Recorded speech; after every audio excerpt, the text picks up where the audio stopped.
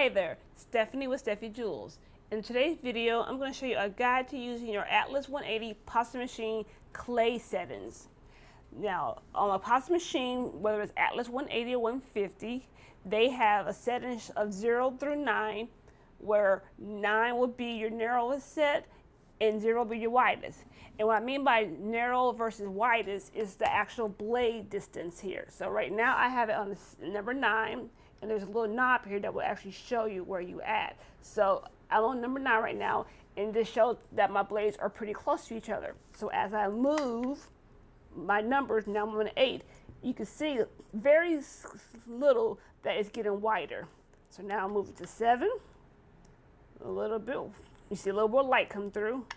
6, more light coming through. 5, see the gap is getting a little bit bigger. 4, a little bit wider.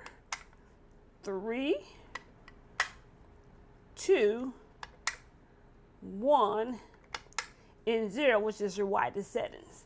Now, I'm still a beginner in learning how to use my machine as well as how to make clay. So please, know I'm not a professional on this. I'm not an expert. I just learned from trial and error, because before I got me a pasta machine, which, yeah, as you can see, this is a little bit different than your regular Atlas. This is a modified pasta machine from edscolors.com, and I will leave a link down below as well as up here in the cards for you to look at when I actually unboxed this machine and kind of gave you more details on what this was. But when I first was getting into clay machines, or first getting into polymer clay, I actually purchased a clay conditioning machine from my local craft store. And the knob here actually broke because, it was cheaply made, but I was just starting out. So I didn't want to spend the type of money invest in the machine if I wasn't quite ready to be in the clay making or start learning how to use clay. So when that machine broke about 4 months ago, I decided to get me an actual pasta machine, which I almost went online to get just a basic Atlas machine, which I will also put a description down below on where you can purchase a basic Atlas machine, whether 150 or 180, at a very reasonable price. Now this one right here, like I said, is a little bit higher. This one costs 180 because it is modified, meaning the blades are removable and it's actually customized with the color in a plexiglass base. And I will put a video down below, or description down below, on how to remove these blades as well and what you can use those blades for.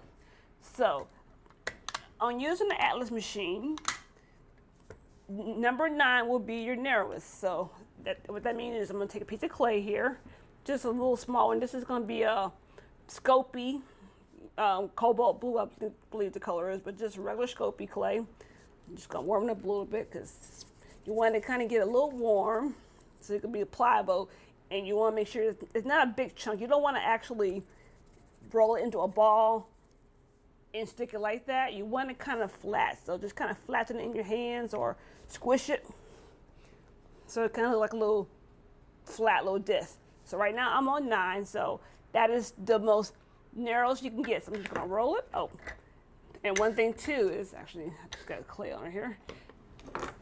You will have a clamp here to clamp this down. So I had to unclamp just so I could show you the actual settings. So let me clamp that back to give you a little steadiness here. And that just makes sure that when I'm rolling, it doesn't move. So here we go. So I'm on my 9, and I'm just gonna roll it. And as you can see, it gives it really thin. So you can see it's very thin here. And depending on what are you trying to make, you might want it that thin. So, but that's just 9. So 9 is the thinnest. Now I'm gonna move it down to 8. So you can kind of see the difference of each of the width of the clay. So that was 9. And it's a little tougher too when you roll it through. So you can see I have to kind of put some elbow grease in it. And yeah, that is 8. And I noticed too, when you get to those narrow settings, it kind of rips your clay a little bit. But like I said, there's different projects where you need to use different widths with the settings. But this video is just basically showing you which one we're looking at based on the numbers. So here's number 7. I'm just rolling that again. Like I said, still a little thin. Still ripping it. Going down to 6. Just roll that a little bit. So now we're at 6.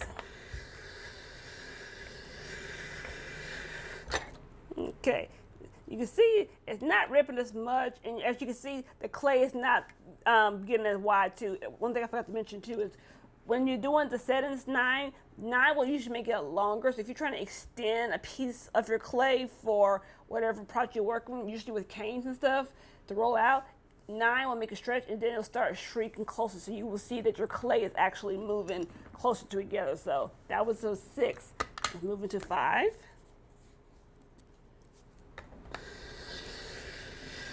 And as you can see, my piece is not getting as long, so that's a 5 right there. So if you know with 9, I had this long bit of clay coming out. So now we're at 5. And also too, just by going through the settings on your clay machine like this, it's also a way to condition your clay, because a lot of times you will see, oh, forgot to change that. A lot of times you will see people say, please condition your clay very thoroughly, because it makes it a lot more easier to work with. So just by going through your settings like this, it's also an easy way to condition your clay without having to roll it and start counting how many times you're doing it. So now we're on 4. And see, 4 is a little bit smaller, but you see we don't have any of the rips anymore. So going down to 3. That's it. Look, 3 is a little bit, and I don't know you can see, but look, it's getting a little bit thicker too. You can see by the edge here, it's a little bit thicker than when it was at that higher settings, when it was very thin. Now we're on 2. And remember, as we go down the numbers, my blades are actually opening up wider. So yeah, so there is 2. And you can kind of see here's a little bit thick here. Down to 1. And I believe on most tutorials that I've been following, a lot of times they're using like maybe 5, 6, and 7. I don't see too many of them going too far up. Now they do go lower depending on what they're making, but they usually start about like maybe 6 and down. So, but here's 1, and see how small that 1 got. So I don't have a lot of clay here, but look, it's getting thicker there. And last but not least, 0. And as I'm doing this, my clay is a little bit softer too, so it's really easy to work with. So this is a great way to condition your clay, to practice playing with it. And there goes 0. So 0 right here is very small, but look at that thickness. So once again, like I said, this is for a pasta machine, whether it's Atlas or any brand that's strictly made for a pasta machine. So if you were to get a clay conditioning machine from, like I said, any other craft store, this will be the opposite, as I found out. So 0 will be the thickness, it will be the narrowest, and then it'll go to 9 being the thinnest. But I learned that the hard way as I was playing around with clay and kept wondering, why my clay was not actually the same as theirs. Like when it says, oh, I'm rolling this out here at a size 3 and see the thickness of my clay. Well, I was on my 3 and it was like really thin, and I could not for the life of me figure that out until I realized that, oh, my directions on my machine says 0 is the narrowest and 9 is the thickness, whereas this is the opposite. Atlas machines or pasta machines, 9 is the smallest one where the blades are closer to each other, and 0 is the widest where it's actually further apart. So I hope that helps you a little bit determine, about the actual different types of settings for our Atlas machine, whether it's 180, 150, or any pasta machine. And I'm very emphasizing pasta machine, because if you go to any other stores, they'll have a clay conditioning machine and it'll say that words clay conditioning on the actual box, versus a machine that says pasta machine, because this is strictly made for pasta.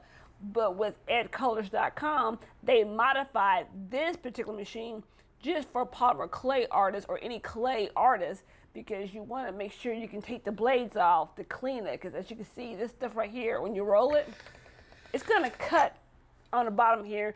And if you're using, like, say I'm using white color next, if I roll white in here next, then you will see a lot of the blue streaks on here. Now, it is possible to still clean on a basic clay conditioning machine or non-modified pasta machine, but I did that once, and I have slices to prove it. In fact, I think I got a slice right here. I got a slice on that one just by trying to get my hands in there and using, trying to be careful, but still got sliced by the blade. So I decided to invest in a machine where I don't have to get cut anymore and get other colors on my pretty clay. So if you like this video, please like, subscribe, hit that bell, and I hope to see you in my next video. Once again, this is Stephanie with Steffy Jewels, and you'll never know what treasures you'll find here at Steffy Jewels. Talk to you soon.